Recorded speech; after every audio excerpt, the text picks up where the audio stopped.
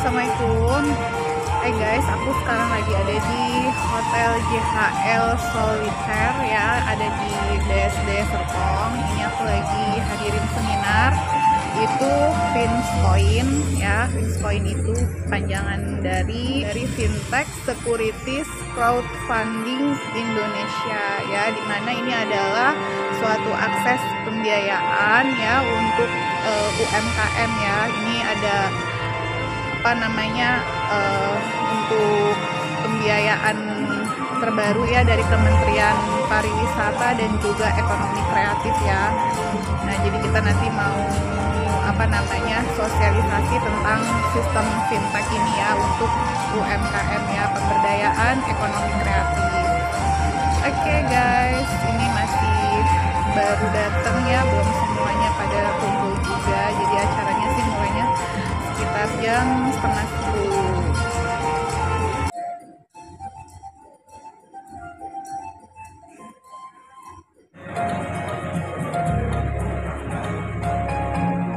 Selamat datang kami ucapkan kepada Menteri Pariwisata dan Ekonomi Kreatif Republik Indonesia, Bapak Sandiaga Salahuddin Uno.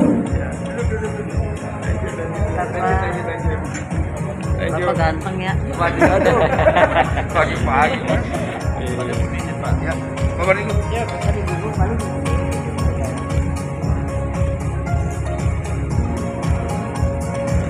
Kami persilahkan untuk kita bersama-sama menyanyikan lagu kebangsaan Indonesia Raya.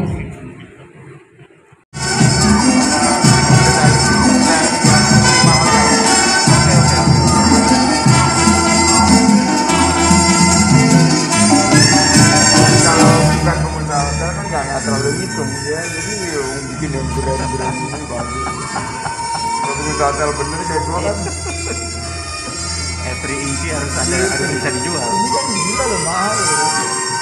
Waktu buat dia round aja kita tadi waktu gua jalan lihat nih round ini nggak murah. Membuat terus dia bikin yang sebelah nih. Karena ini 300 kamar tuh. Ini 140, ini 340. Terus dia nanti nyambungin ada main. Jadi kita bikin acara-acara ini. Asik. Waduh. Acara-acara Bosman Sontoloyo kita Besok gua ngadain, kita mau promote kan. Gua nomor 1 masih thank you. Karena ini kalau tadi edukasi kayak gini, kan kita mau kerjain dengan tantara. iya. Ini problem mungkin tadi edukasi kan. Kita waktu bilang waduh, Mas Menteri ngambil diksi yang harusnya adalah Pak Teten, gua ambil, gua bilang gua salut. Dan gua nggak mau tuh uang-uang yang ini jatuhnya ke binomo. Sorry, itu teman-teman kita juga kadang-kadang ngawur juga gitu. Urusan kayak gitu kan duit banyak nganggur di mana. Kalau tanpa itu kan dia bisa dasarnya ke teman-teman yang gitu bilang malah loh. Tadi panitia judulnya terlalu normatif. Next time tuh judulnya gini, Mas Menteri mencari apa gitu. Bangkit dan berkembang khususnya di pandemi COVID-19. Nah, semakin semangat, saya ingin meneriakkan jargon Bapak Ibu sekalian. Boleh jawab ya, kalau saya bilang Finscoin 2022, boleh dijawab dengan bangkit dan sukses selalu. Oke, sudah siap ya? Baik, Finscoin 2022, bangkit dan sukses selalu. Boleh tepuk tangan yang meriah. Terima kasih Bapak Ibu hadirin atas semangatnya.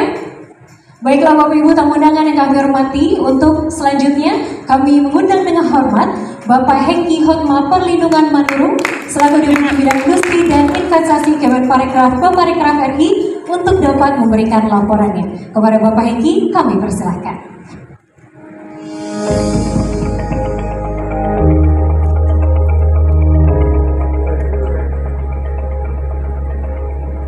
Assalamualaikum warahmatullahi wabarakatuh. Selamat pagi. Kalau tadi dibilang Mas ada yel-yel ya Mbak ya. Finscoin 2022. Bangkit dan sukses. Mbak kasih apa lo Mbak? Boleh tepuk tangan untuk kita semua ya. Kami hormati Mas Sandiaga Uno, Menteri Pariwisata dan Ekonomi Kreatif, Kepala Badan Baparekraf, yang kami hormati Pak Komarudin, sahabat kami Asda Banten. Lalu Pak Matigu. Salam kenal Pak Matigu, baru hari ini ketemu, tepuk tangan buat Pak Matigu ya. Lalu Bapak Darwin Seril. Bapak sehat Pak Darwin, dan yang paling cantik Mas, di Garut kami ketemu juga, di Serpong kami ketemu juga, dan mungkin nanti di mana-mana Mas. Yang pasti ibu kita ini yang selalu bantu kami, yang Ibu Ristika. Salam kenal Ibu, kenal. Selamat jumpa lagi kita, ini kali kedua. Semoga adalah terus pertemuan-pertemuannya Mas. Oke, puji dan syukur kehadirat Tuhan Yang Maha Esa, karena izinnya lah, berkahnya lah kita bisa berkumpul di Serpong ini, di depan kita semua. Kita coba memfasilitasi dengan Pak Matiku, kita coba membuat event ini ya Bu Hanifah ya, yang disebut dengan Fintech Securities Crowdfunding Indonesia atau Finscoin.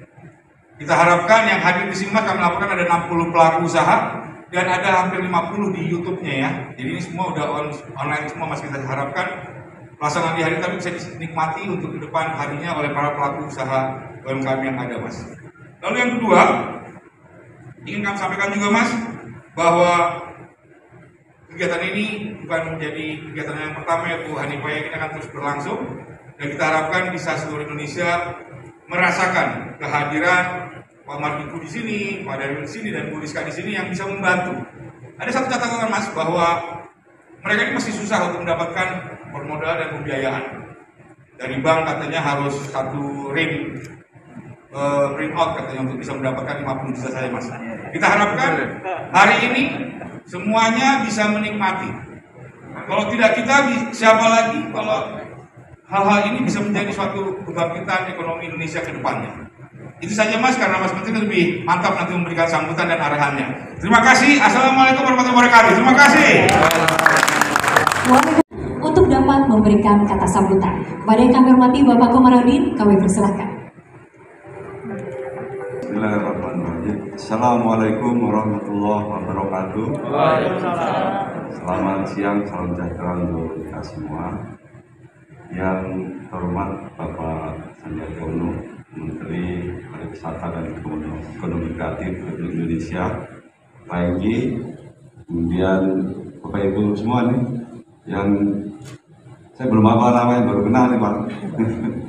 Pertama, kami mengucapkan selamat datang di Provinsi Banten, dan yang kedua menyampaikan permohonan maaf Bapak Gubernur tidak bisa menghadiri acara ini, dan sekaligus menyampaikan salam hangat pada Pak Menteri tentunya dan seluruh hadirin yang bisa hadir pada siang hari ini.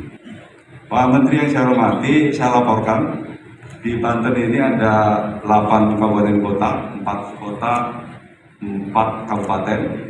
Kemudian kalau dari sisi destinasi wisata kita hampir tercatat itu 542. Kemudian, nah ini yang mungkin masih memprihatinkan. Kalau dari sisi sumbangan terhadap PDRB, sektor pariwisata itu baru 3%, Pak. Artinya kita masih memiliki PR yang berat bagaimana mendongkrak sektor pariwisata di Provinsi Banten. Berbagai upaya telah dilakukan Provinsi Banten, mulai dari bagaimana membangun infrastruktur, jalan-jalan, pelabuhan, termasuk Bandara Soekarno-Hatta itu ada di wilayah Provinsi Banten. Itu semua menjadi faktor saya kira yang penting untuk mendukung sektor pariwisata di Provinsi Banten. Kemudian dari sisi UKM, Pak Menteri, kalau dilihat dari hotel saja, hampir 450 hotel itu hanya sepertiga yang bintang. Artinya sisanya itu masih kelas melati. Artinya kalau hari ini kita ada acara kaitannya dengan bagaimana pendanaan bagi sektor pelaku usaha di UKM di pariwisata, saya kira itu sesuatu yang sangat tepat dan sangat dibutuhkan masyarakat Provinsi Banten. Saya kira demikian. Terima kasih. Wassalamualaikum warahmatullahi wabarakatuh. Atas kata sambutan yang telah disampaikan. Baiklah Bapak Ibu tamu undangan yang kami hormati, selanjutnya kami mengundang dengan hormat Bapak Menteri Pariwisata dan Ekonomi Kreatif Republik Indonesia, Bapak Sandiaga Salahuddin Uno untuk dapat memberikan keynote speech sekaligus membuka rangkaian Finscoin hari ini. Silakan Pak.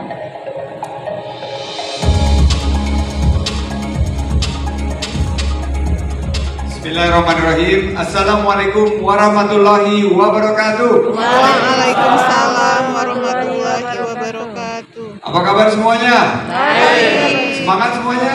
Semangat. Sehat? Sehat. Alhamdulillah. Alhamdulillahirabbil alamin. Wassalatu wassalamu ala asrofil anbiya'i wa mursalin wa ala alihi washabbihi ajmain. Amma ba'd. Yang sama-sama kita hormati, kita banggakan Bapak Gubernur Pak Wahidin Halim, sahabat saya, yang diwakili oleh Kang Komar Asda. Wilujeng Enjing Kang, atur nuhun pisan sudah bersedia hadir dan sampaikan salam hormat kepada Pak Gubernur beserta seluruh jajarannya. Semoga Provinsi Banten semakin hebring aja ke depan, semakin maju, semakin sukses. Amin. Yang saya hormati ini sahabat saya ini, tapi juga sekaligus mentor. Karena kalau Pak Hengki belum ketemu sama Pak Darwin Cyril Nur Hadi di industri capital market ini, dia ini dewa. Jadi beliau waktu saya baru memulai usaha sudah jabatannya dirut dari Bursa Efek, dulu namanya Bursa Efek Jakarta, sekarang Bursa Efek Indonesia. Pak Cyril ini seorang engineer by training, karena dari lulusan ITB, supaya semua lebih kenal dengan Pak Cyril ini. Tapi dia switch ke industri keuangan dan capital market saat dia memimpin di Bursa Efek Jakarta, sekarang namanya Bursa Efek Indonesia. Setelah itu banyak sekali kegiatan beliau, saya terus memantaunya, dan beliau adalah co-founder dari Creador. Ini sebuah perusahaan private equity yang ada di Asia Tenggara, lebih besar dari Saratoga, lebih besar. Jadi Creador ini beliau kembangkan di sini dan banyak berinvestasi di perusahaan-perusahaan besar di Indonesia. Dan terakhir beliau dipercaya oleh pemerintah, ini tidak tercatat di sini, adalah beliau dipercaya menjadi salah seorang dewan pengawas Sovereign Wealth Fund kita, SWF. Jadi kalau Singapura tuh punya Temasek, punya GIC gitu, Kuwait punya Kuwait Investment Company, Uni Emirat Arab punya Mubadala dan Adia, Abu Dhabi Investment Authority. Nah, Indonesia sekarang punya Inavan. Brandnya Inavan ya, Pak Cyril ya. Beliau salah satu dewan pengawasnya dan ikut mengawasi lebih dari total yang dihimpun pertama adalah 20 miliar dolar. Tepuk tangan dulu untuk Pak Cyril. Terakhir beliau masuk finalis menjadi ketua OJK. Belum terpilih, sama kayak saya waktu Pilpres kemarin. Tapi insya Allah jadi curcol ini. Tapi di Banten saya dapat suara bagus Pak, terima kasih Pak. Berkat doa dari Pak Komar nih teman-teman nih. Kali lagi Pak. Sekali lagi. Kali lagi. Lolos. Lagi. Iya.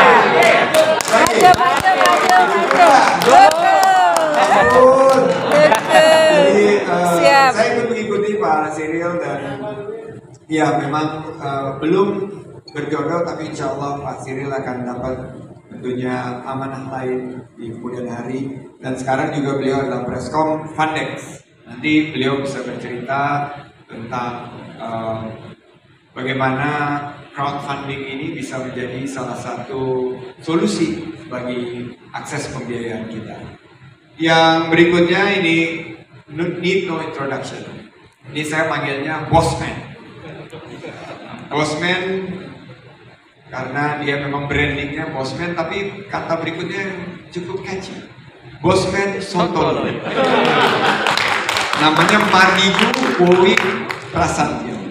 Saya kenal ini udah lama sekali, sama seperti saya mengenal kalau Pak Cyril dari keluarganya malah kami, ayah saya sangat dekat dengan keluarganya Pak Cyril. Kalau Bosman ini waktu saya baru memulai usaha masih sangat hijau ya. Pak Wowi ini, kita panggilnya Bro Wowi ini juga sudah malah malang melintang di dunia usaha. Setelah 14-15 tahun nggak ketemu, tiba-tiba dia membangun suatu usaha di bidang teknologi dan juga content creator yang luar biasa. Dan kontennya Pak Mardigu ini, kalau tadi Pak Hengki bilang 50 yang ada di sini dan 60 yang ada di YouTube, dia mungkin ketawa. Karena kalau yang nonton dia ini jutaan, Pak. Iya.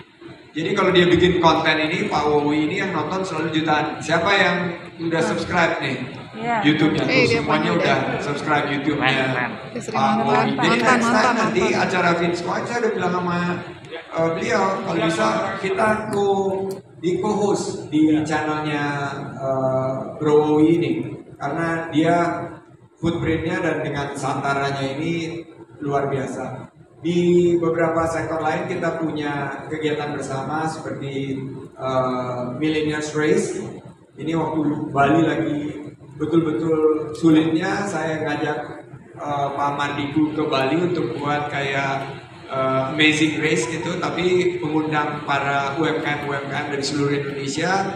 Dan berapa yang nonton bro di Bali? 35 juta. 35 juta. Terus setelah sukses itu kita bawa ke Jogja. Jogja yang nonton berapa? 75 juta. 75 juta. Jadi itulah awal-awal kebangkitan. Karena waktu mulai tugas di Parekraf, saya bilang gimana nih sektor yang lagi berat. Saya ngelihat hotel ini terus terang merinding ya, bahwa ada hotel yang dibangun di tengah-tengah pandemi. Saya ingin ucapkan terima kasih ke JHL Group karena ini hotel sangat megah, dan di sebelah ini bulan Juni ini akan diresmikan juga, ini milik dari grup yang sama. Di tengah-tengah pandemi, Pak Jerry ini berinvestasi di sektor parekraf ini. Jadi Bro Mardigu terima kasih, dan kedepannya dia ada usul nih untuk Mbak Hanifah nih. Dia bilang, bro, katanya ini judulnya terlalu normatif katanya, harus lebih catchy katanya. Saya setuju, tapi nanti sore ada judul yang catchy juga. Kita sore judulnya Makmil Sadis. Apa itu Makmil Sadis? Mak milenial sadar bisnis. Tapi nanti semua katanya mau dibuatin juga nih sama Bro Wowi. Apalagi kalau kita akan roadshow ke seluruh Indonesia, kita bisa collab bareng sama beliau. Selanjutnya Ibu Rista Zuestika, terima kasih dari Financial Group, dan bersama Bapak Hengki dan Bu Hanifah kita sangat berterima kasih. Ini narasumber yang luar biasa, sibuk-sibuk semua, dan juga para teman-teman UKM yang sudah ada di sini. Mana tepuk tangannya semuanya? Kita awali dengan pantun. Are you ready? Lari pagi ke Pantai Sawarna, nikmati pisang sale, dilumuri madu. Mari tingkatkan kapasitas pelaku UMKM kita. Ayo semangat wujudkan Indonesia maju. Ya, pagi ini syukur kehadirat Allah Subhanahu wa Ta'ala, di paruh kedua bulan suci Ramadan kita bisa berkumpul dalam keadaan sehat walafiat. Saya dipakein baju oleh Bu Hanifah ini baju katanya dari asli Banten, Pak, Baduy katanya, dari Kabupaten Lebak. Dan ternyata saya sendiri yang pakai baju motif Banten ini. Saya nggak lihat lagi nih, para ininya malah pakai motif parang ini Pak Komar. Tapi salah satu keunggulan kita adalah batik, dan UMKM kita memiliki peran yang sangat signifikan dalam pencapaian perekonomian Indonesia, dan ini harus kita ubah menuju ke perekonomian baru, the new economy. 2 years ago, we fight for our life. Kita selamatkan kesehatan dan jiwa masyarakat Indonesia di tengah-tengah COVID. Nah, sekarang saatnya kita untuk shifting, untuk menyelamatkan ekonomi dari masyarakat kita. Setuju? Setuju. Nah, pelaku UMKM ini nyari pendanaan gampang atau susah? Susah. Gampang atau susah? Susah. Susah atau susah banget? Susah banget. Nah, inilah acaranya yang nanti akan melalui sebuah inovasi kita hadirkan transformasi digital bagi para pelaku UMKM agar bisa bangkit lebih tangguh. Fintech Securities Crowdfunding Indonesia atau FinCoin ini untuk meningkatkan kapasitas para pelaku UMKM, khususnya dalam segi mengakses pembiayaan layanan urun dana crowdfunding berbasis teknologi. Jadi kita semuanya IT based yang tentunya telah berizin dari OJK sebagai alternatif pendanaan dalam mengembangkan usaha. Securities crowdfunding sendiri ini sudah memiliki payung hukum. Per 31 Desember 2021 total dana yang dihimpun 412 miliar rupiah. Ini meningkat 115%. Tapi saya pengen tanya nih dari Santara, kira-kira udah berapa UMKM nih yang bergabung di Santara Platform? Saat ini baru 91. Baru 91 UMKM yang didanai ya. Tapi yang tertarik untuk mendanai ada berapa total? Kalau dari membernya investor Santara, membernya udah berapa? Ada 317.000. Membernya ada 317.000 investor. Jadi kalau kita lihat 412 miliar ini is just tip of the iceberg. Di jumlah pemodal kita total ini Santara lebih besar dari data yang saya dapat di sini. Data yang saya dapat pemodalnya baru 93.000. Jadi ini mungkin bisa memperkaya data kita. Nanti juga dari Pak Cyril kita bisa tahu bagaimana perkembangan SCF ini, alternatif sumber pendanaan yang cepat, mudah dan murah bagi kalangan generasi muda dan UMKM yang belum bankable. Jadi saya garis bawahi belum bankable untuk bisa bangkit pasca pandemi ini. Terakhir saya ucapkan selamat dan sukses atas terselenggaranya Fintech Securities Crowdfunding Indonesia atau FinCoin. Nanti akan mendapat tagline baru dari Bro Mardi Buwowi supaya lebih catchy. Dan kita kegiatannya akan terus nih ya. Abis ini di mana kita? Keliling kita kalau nggak salah roadshow ya. Nanti kita akan lebih banyak menyentuh. Tolong teman-teman UMKM bisa sampaikan juga kepada rekan-rekan yang lain. Mari kita dukung agar lebih baik lagi akses pembiayaan kita ke depan. Saya memulai usaha 25 tahun yang lalu, tepatnya 1997. Saya betul-betul terkesima bulan April ini tahun 97, di mana semuanya seperti runtuh buat saya 25 tahun yang lalu. Saya kehilangan pekerjaan, bulan April saya PHK juga. Saya akhirnya harus kembali ke Indonesia. Tidak memiliki penghasilan dan akhirnya harus memulai usaha secara mungkin keterpaksaan. Saya selalu bilang saya ini entrepreneur by accident. Namun setelah saya melihat ke belakang, crowdfunding inilah yang menolong saya. Karena banyak sekali waktu itu pemodal-pemodal yang juga dalam keadaan kurang baik. Akhirnya saya bisa menghimpun dana dari luar negeri untuk berinvestasi di Indonesia. Usaha kami di bidang keuangan dan investment yang dimulai hanya dari 3 orang karyawan, setelah 25 tahun sekarang berkembang dan telah membuka lapangan kerja bagi 30.000 karyawan itu. Nah, 2015 saya masuk ke public service. Saya mulai bertugas di pemerintahan. Namun bisnis yang saya bangun, yang saya tinggalkan 2015 sekarang dikelola profesional terus bertumbuh dan berkembang. Kenapa? Karena Indonesia ekonominya juga dalam keadaan fundamental yang baik. Jadi buat rekan-rekan, teman-teman di sini percayalah, ekonomi Indonesia punya fundamental yang kuat. Jika kalian fokus terhadap pembangunan bisnis kalian dengan juga inovasi, adaptasi dan kolaborasi, mudah-mudahan dalam waktu yang singkat usaha-usaha kalian juga akan menjadi usaha yang sukses. Saya akhiri dengan pantun penutup. Tebing koja begitu eksotis. Jangan lupa foto sambil bergaya. Buat kalian semua senangnya berbisnis, FinCoin adalah salah satu. Terima kasih. Matur pisan. Wabillahi taufiq wal hidayah. Wassalamualaikum warahmatullahi wabarakatuh. Waalaikumsalam warahmatullahi wabarakatuh. Kami persilakan. Terima kasih banyak. Bismillahirrahmanirrahim. Assalamualaikum warahmatullahi wabarakatuh. Pertama-tama terima kasih pada penyelenggara di pagi hari ini. Saya diundang untuk berbagi cerita tentang securities crowdfunding.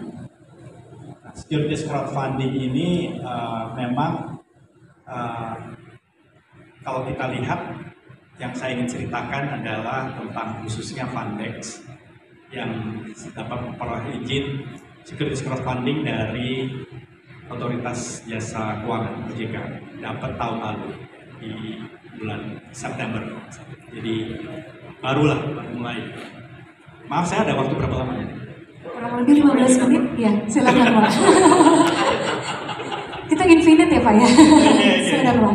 Jadi ada slide deck sebenarnya, kalau boleh ditayangkan aja biar lebih terstruktur aja, cuma berapa slide lah, nggak sampai 10 slide. Boleh silakan rekan-rekan panitia ditampilkan. Lebih jelas lah gitu mungkin. Nah, intinya adalah di sini kelihatan juga nggak ya? Oh, di bawah. Ya, oke, Fundex. Okay. Securities crowdfunding platform. Okay. Nah, oke, ya, siap.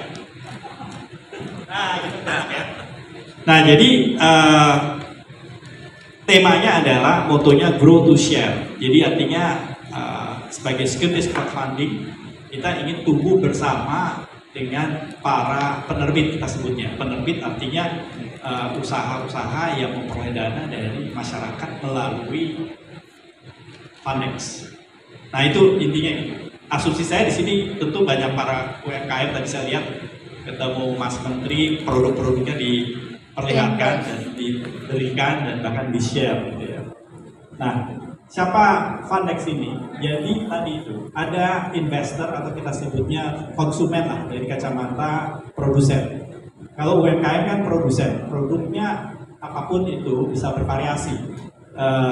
Katakanlah di sini UMKM yang memproduksikan mulai dari bahan makanan, pakaian, tapi juga ada bahkan yang misalnya bentuknya teknologi digital, dan itu bisa membuat perubahan dalam bisnis model supply chain. Supply chain itu artinya mata rantai dari produsen sampai ke konsumen. Nah, itu mata rantai yang bisa pendek, bisa panjang tergantung produk dan jasanya. Nah, ada investor atau dalam hal ini konsumen, kemudian ada investee dalam hal ini UMKM yang mungkin hadir di sini. Jadi dipertemukan dengan Fundex. Kalau Mas Wowi ini lebih dulu dari saya, tadi disebut ada 91 bahkan penerbitnya. Kalau Fundex baru 1 menuju 2 dan seterusnya lah. Jadi baru sekali gitu. Nah, produknya apa? Jadi ada, karena namanya securities crowdfunding. Securities itu artinya variatif produk instrumennya. Jadi bisa hutang, misalnya gampangnya ya, saya bicara gampang, kita pengen jawab kalau tergantung ingin lebih jauh lagi. Tapi bisa juga saham, ekstrimnya gitu. Kalau hutang pasti harus dikembalikan. Yang namanya hutang, ya, itu pasti harus dikembalikan, baik bunga dan pokoknya. Kemudian ada yang sifatnya sukuk yang berbau katakanlah bagi hasil, hutang tapi bagi hasil. Kemudian saham dan juga ada convertible note. Artinya convertible ini dia awalnya hutang, kemudian berkonversi menjadi saham. Nah, kalau saham tuh bagi hasil, gitu ya. Jadi kalau misalnya ada UMKM nih bikin usaha katakanlah 100 modalnya 100 juta atau 10 juta. Ada tetangga ikut atau teman saudara ikut dong 10%, 20%, 30% dalam bentuk saham. Berarti bagi hasil dan bagi rugi, ya. Nah, itu yang sederhananya seperti itu. Kemudian produknya apa? Nah, ini salah satu yang tadi kita sempat bicara dengan Mas Bobi sebentar. Kalau dapat dana dari konsumen, dari publik, dari masyarakat, itu kemudian kata si UMKM dapat uang dari masyarakat 30 rupiah atau 30 juta atau 300 juta, 30% yang nilai tersebut. Pertanyaannya kan harapan dari konsumen apa sih? Selalu produknya naik. Dari produsen jualannya naik, untungnya naik, dan dibagi dengan konsumen atau si investor. Harusnya demikian. Nah, harusnya demikian. Jadi rencananya seperti itu. Tapi seringkali atau kadangkala persoalan timbul, masalah di masalah produksi, masalah di pemasaran, masalah di leadership, dan seterusnya. Sehingga realisasi itu tidak berjalan sesuai dengan rencana. Nah, ini adalah tantangan sebagai pengusaha. Tadi Mas Menteri bilang, 97 bulan April, problem semua. Bikin usaha 25 tahun yang lalu, mulai dengan 3 orang, sekarang udah 30.000 karyawan. Gitu ya. Tapi itu pasti ceritanya yang bagus. Cerita sulitnya nggak cerita itu. Banyak sekali pasti kesulitannya. Dan itu saya rasa yang menjadi tantangan dan daya juang, daya gigih dari para UMKM di sini. Nah, secondary market maksudnya adalah saham tadi atau surat hutang tadi bisa diperdagangkan oleh pasar yang melihat ada nilai yang lebih baik. Prospek, orang selalu beli prospek. Prospeknya bagus atau tidak. Nah, ini adalah toko sebelahnya, pesaingnya dari Fundex. Jadi macam-macam, ada Alami, ada Investri, ada Acceleran, ada iGrow, dan seterusnya. Ada Indo Finance, juga financing konsumtif. Ini adalah toko sebelah. Selalu dalam bisnis itu ada toko sebelah, ada pesaing. Tadi saya lihat ada yang nawarin bebek misalnya. Pasti ada bebek lain. Ya. Ada batik, pasti ada batik yang lain. Jadi selalu ada persaingan. Nah, UMKM di sini perlu melihat persaingan itu bedanya dengan produk kita apa. Nah, daya unggul kita apa? Itu saya rasa yang selalu harus dilihat oleh UMKM. Di sini value positionnya dari Fundex adalah fokus pada digital. Jadi kita lihat ada digital dan kreatif industri. Nah, UMKM di sini banyak yang kreatif. Jadi saya rasa ini dimana kita harapkan para UMKM dengan kreativitasnya, idenya, dan ide-ide tersebut bisa terlihat bila dipaparkan dan ditulis dengan baik dan diceritakan kepada yang lain. Kalau ide di dalam sendiri aja masih mimpi, dia sendiri aja, nggak berbagi sama yang lain. Nah, itu yang harus dibagi dengan yang lain. So, saya rasa ini dari Fundex, di mana fokus pada digital dan kreatif industri, inovasi yang membedakan dari yang lain. Nah, oke. Kalau dilihat prosesnya, jadi di mana sistem dari crowdfunding ini, crowd itu rame-rame lah masyarakat, gitu ya. Funding dana, ya. Jadi satu ekosistem, satu hubungan satu sama lain dalam bentuk pendanaan dari masyarakat seperti apa sih prosesnya. Nah, ini ada yang supaya lebih paham sedikit, tentu dari segi produk masing-masing UMKM udah tahu nih, yang produksi batik, yang produksi bebek, yang produksi apapun itu sudah tahu. Nah, sekarang gimana cara scale up, meningkatkan kapasitas produksi tersebut? Pasti perlu funding, salah satunya. Tapi pasti perlu juga yang lain, karena persoalan produksi 10 piring bebek sehari menjadi 1000 piring bebek sehari dengan 1 juta bebek sehari, persoalannya pasti beda. Nah, itu saya rasa yang menjadi tantangan dan harus diantisipasi bagi para produsen. Nah, biasanya ada angel investor, di mana angel investor tuh teman-teman dekat, gitu ya, yang tahu prospeknya gimana. Ini terus terang bicara Fundex. Saya ketemu si pendirinya, ya, Mas Agung, coba berdiri, CEO-nya. Nah, ini dirutnya nih, Mas Agung nih. Saya ketemu beliau mungkin 3 tahun yang lalu. Ya. Beliau itu background-nya IT, ya. Urusannya kripto. Wah, kripto, ngerti aja enggak? Gitu ya.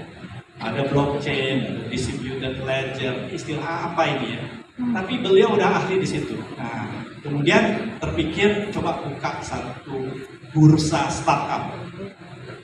Nah, bursa startup. Jadi ada satu bursa yang dibuat untuk startup, untuk UMKM, untuk teknologi.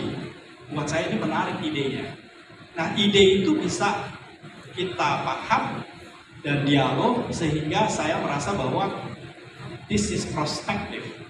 Ini sangat prospektif, bisa dikembangkan menjadi satu platform untuk UMKM maupun ide-ide yang lain.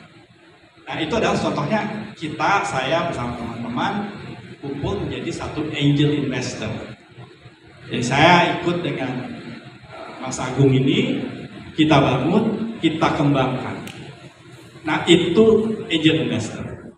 Kemudian baru kita lihat bagaimana mengembangkan dan memproses ini mendapat izin dan seterusnya. Kalau UMKM, harapannya adalah di mana tentunya UMKM ini pada saat mendapat dana dari masyarakat perlu diperiksa. Ya. Nah, periksa ini yang kadang-kala membuat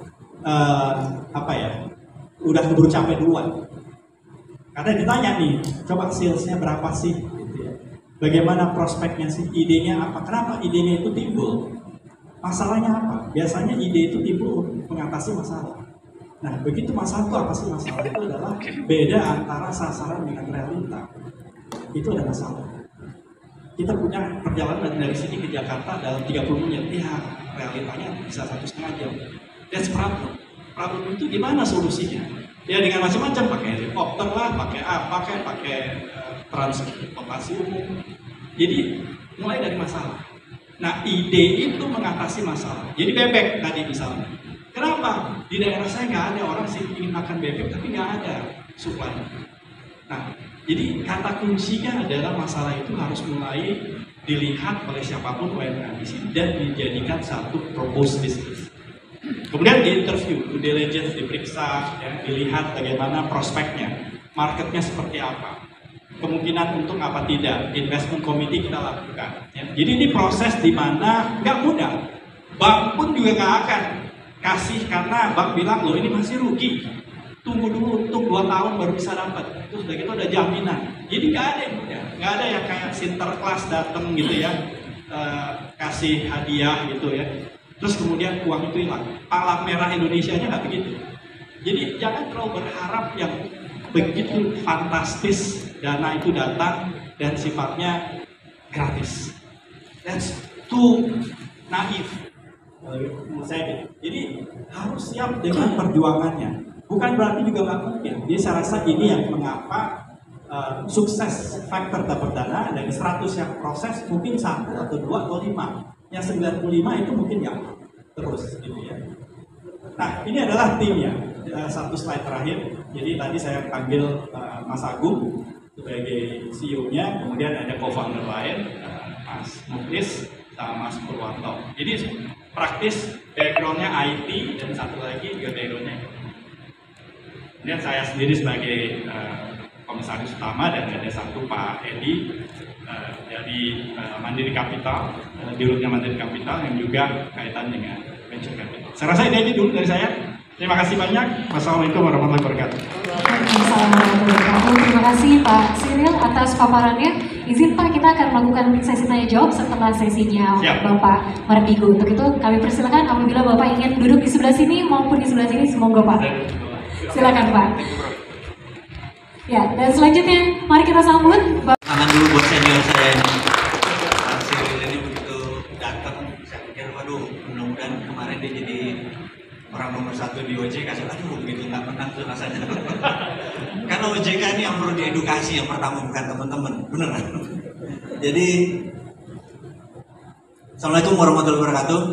Terima kasih saya diberi kesempatan oleh Kemenpar dan teman-teman semua yang hadir di sini untuk mengedukasi sedikit. Waktu saya mungkin kalau menerangkan nggak terlalu panjang-panjang. Jadi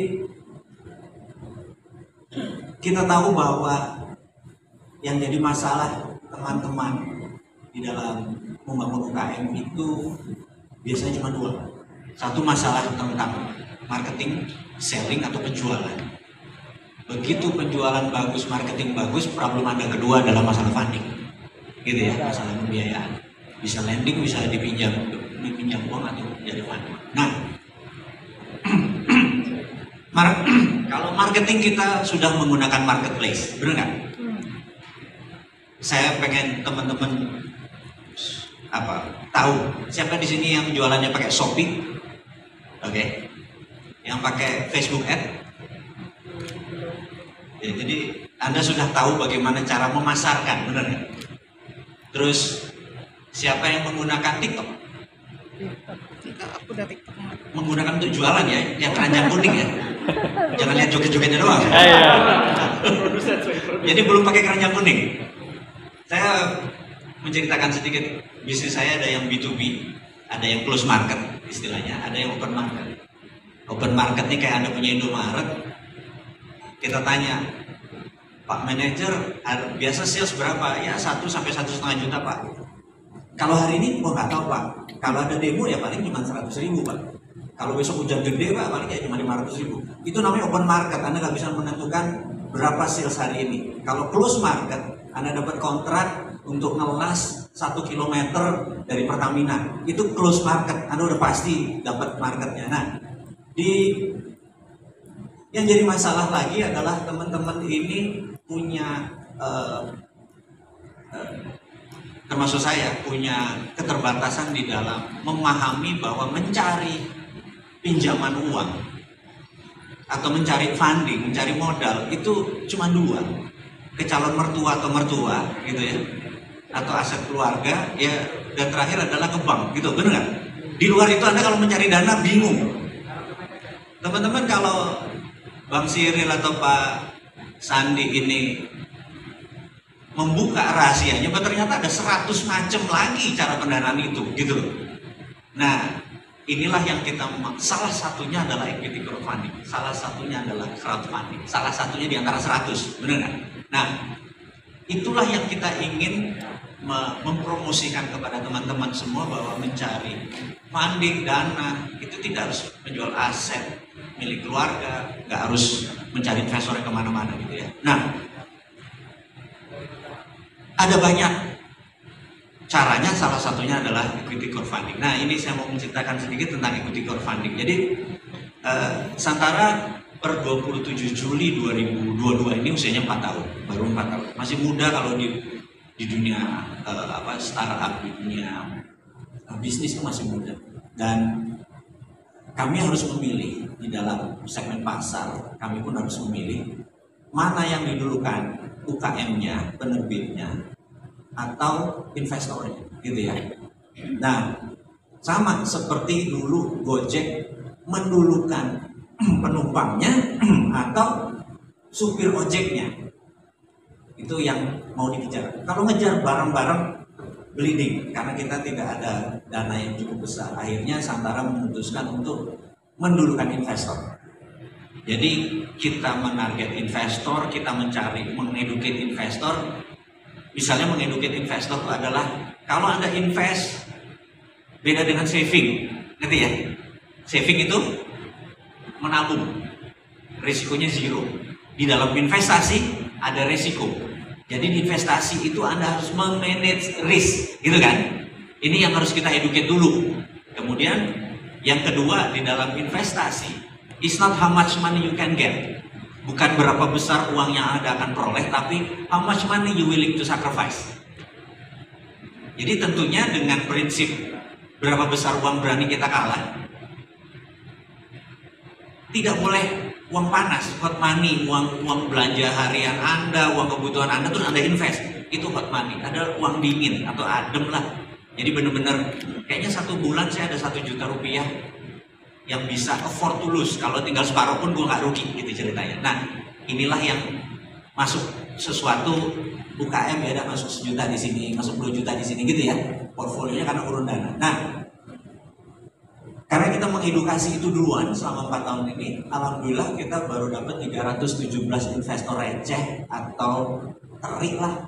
Karena rata-rata naruh antara 5 juta. Menaruh ini, kita punya Santara Wallet namanya. Jadi di Santara saat ini portfolionya baru ada 1,5 triliun. Nah, begitu sudah ada 1,5 triliun ini, kita tinggal menseleksi Anda yang kita cari. UKM-UKM ini, benar nggak? Tetapi sekali lagi, Santara tidak memilih dirinya menjadi judge.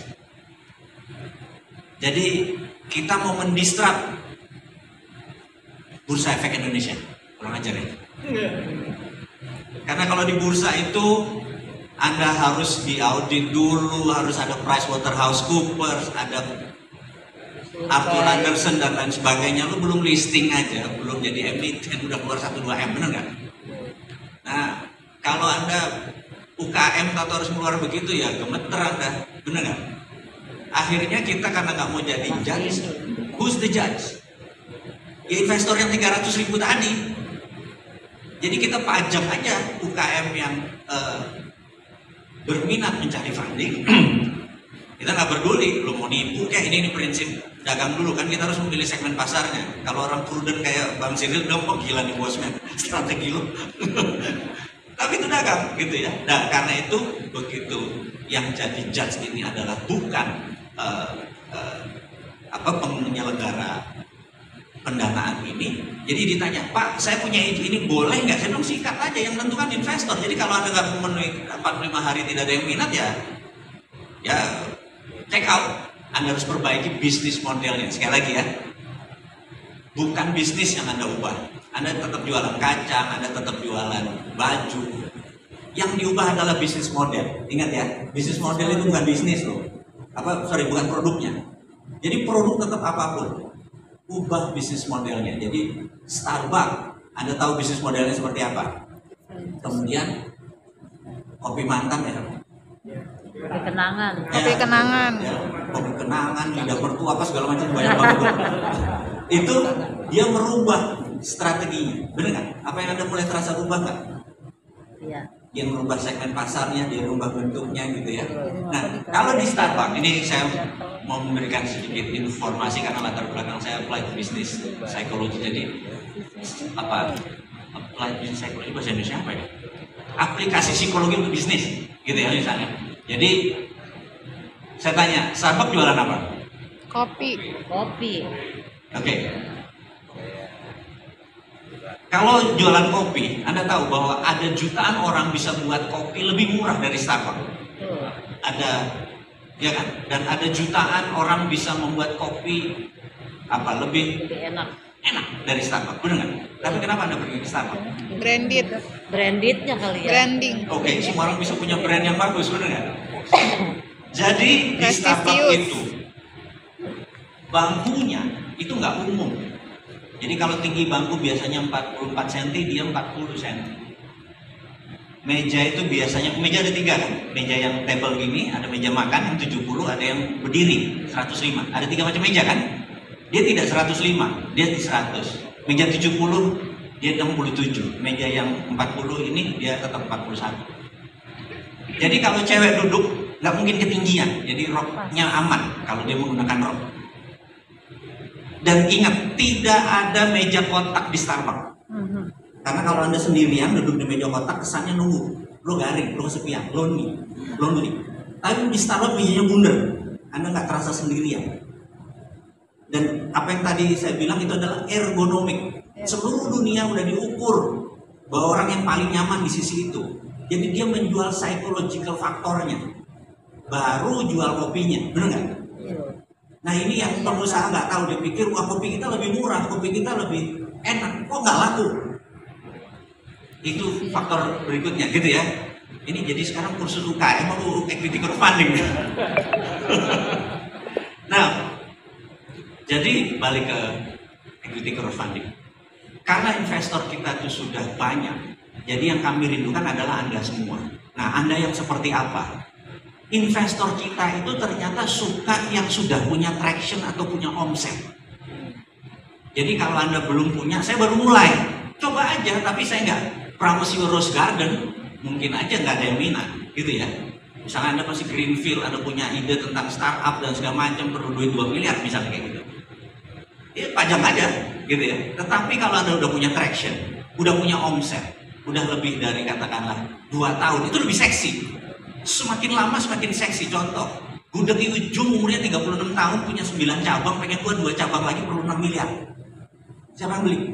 Yang beli adalah pelanggannya Gudeg di Ujung. Bener kan?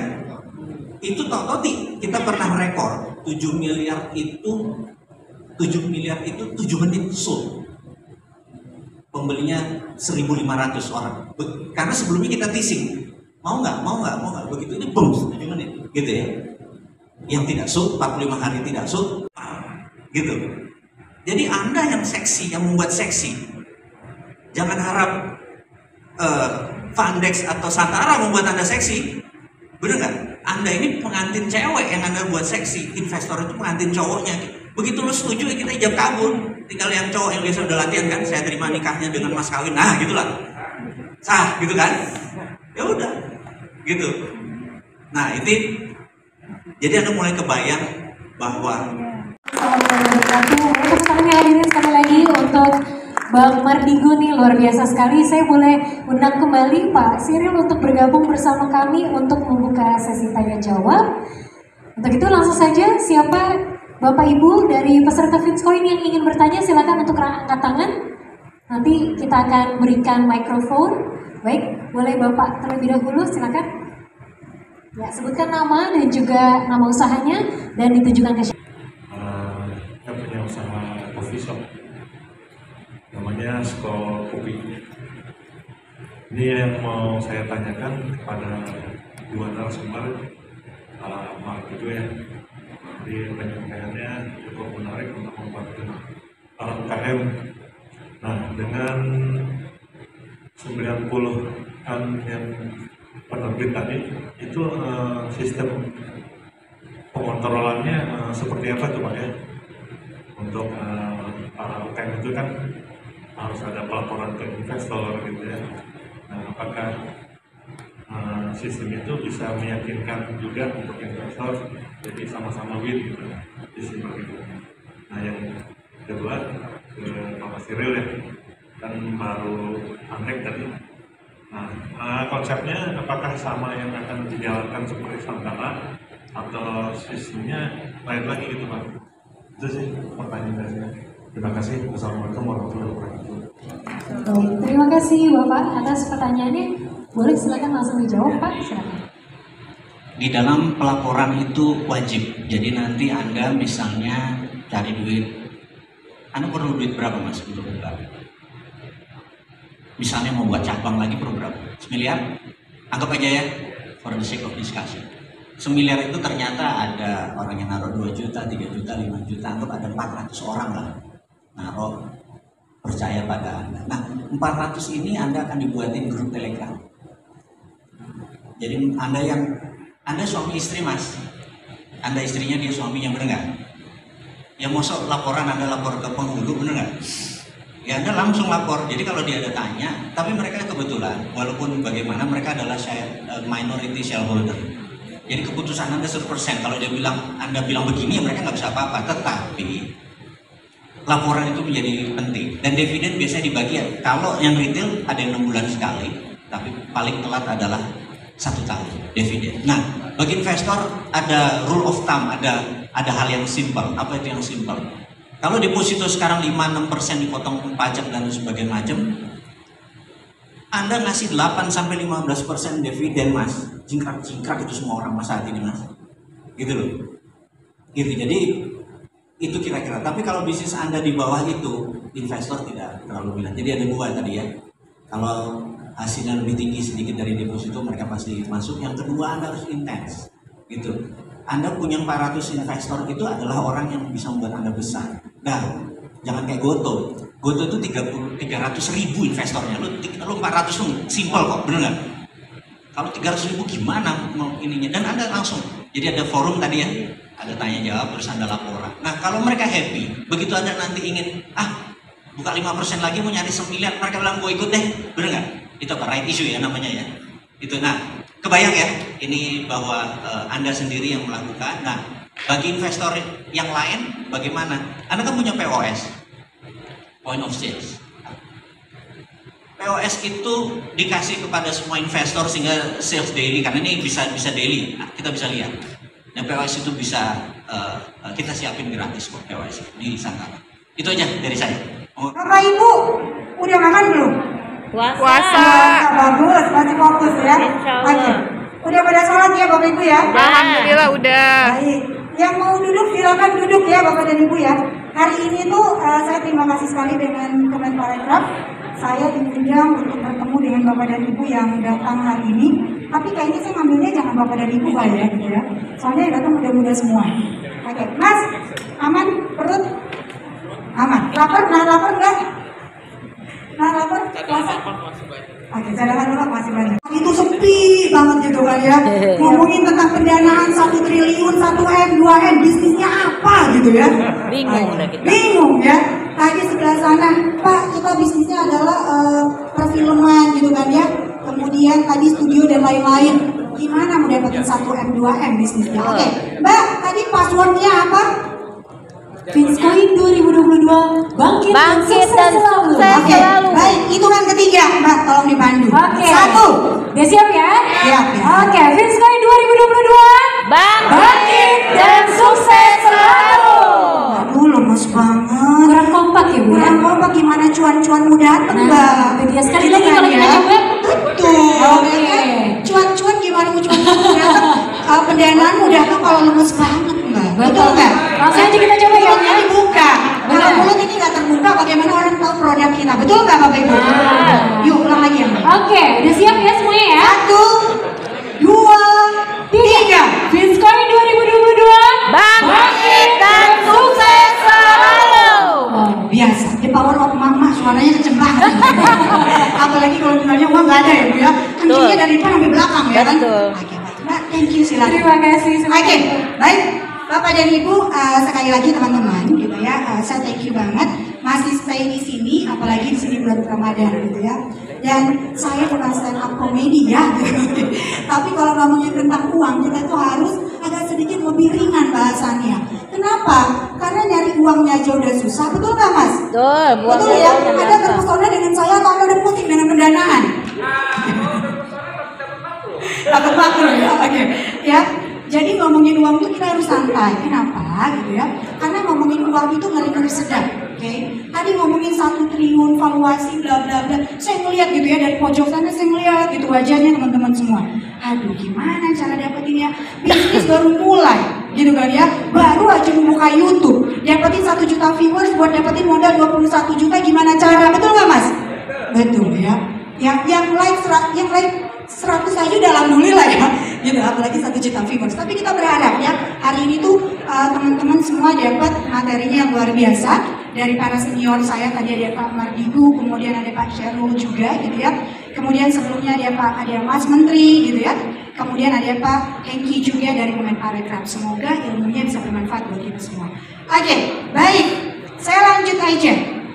Di hari ini kita ngomongin vintage securities crowdfunding, tapi saya nggak mau ngomongin itu, terlalu berat buat saya. Kenapa? Karena kalau bisnisnya teman-teman sendiri aja belum mantep, gimana bisa dapat pendanaan? Betul apa betul? Oke. Kenapa?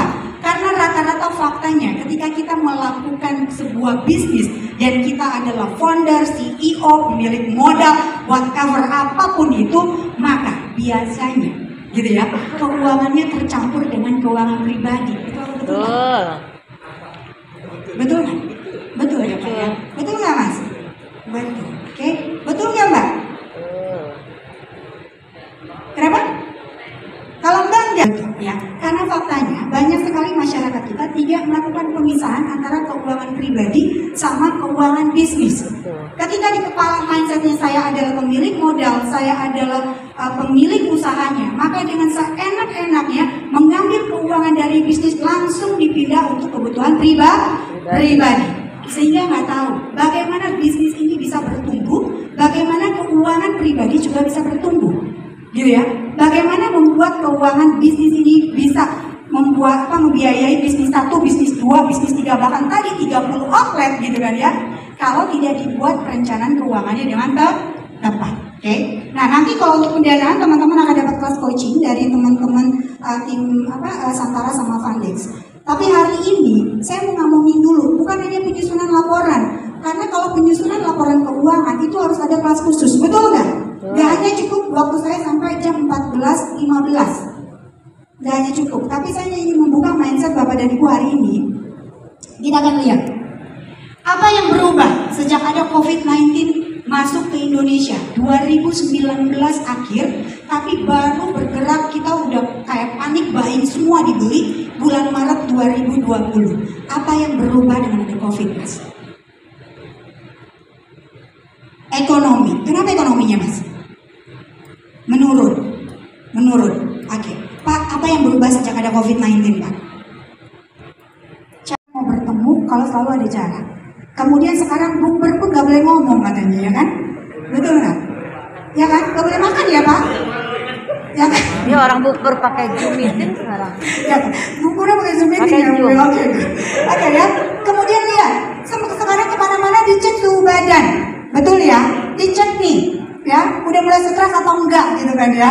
Oke, kemudian ada isolasi gitu. Begitu terkena COVID-19 diagnosanya udah isolasi 7 hari, 10 hari, gak ngapa-ngapain di dalam rumah. Stres iya, uang gak ada gitu kan, makin julid iya. Ya kan? Komen, jadi melihat komen-komen orang di sosial media makin stres nanti ya. Oke, kemudian banyak lagi, meningkatnya tingkat kematian. Berdasarkan fakta gitu kan, berdasarkan data, saya melihat ada kurang lebih hampir 14.000 anak-anak menjadi anak yatim, bahkan piatu, bahkan yatim piatu karena orang tuanya tutup usia karena COVID-19. Bayangkan kalau anak-anak aja kehilangan orang tuanya, kebayang nggak kalau misalnya bapak ibu dan teman-teman yang saat ini pemilik bisnis kehilangan 30 gerainya, kayak apa sedihnya? Nangis Bombay lah. Luar biasa ya Bu, bukan Bombay lagi.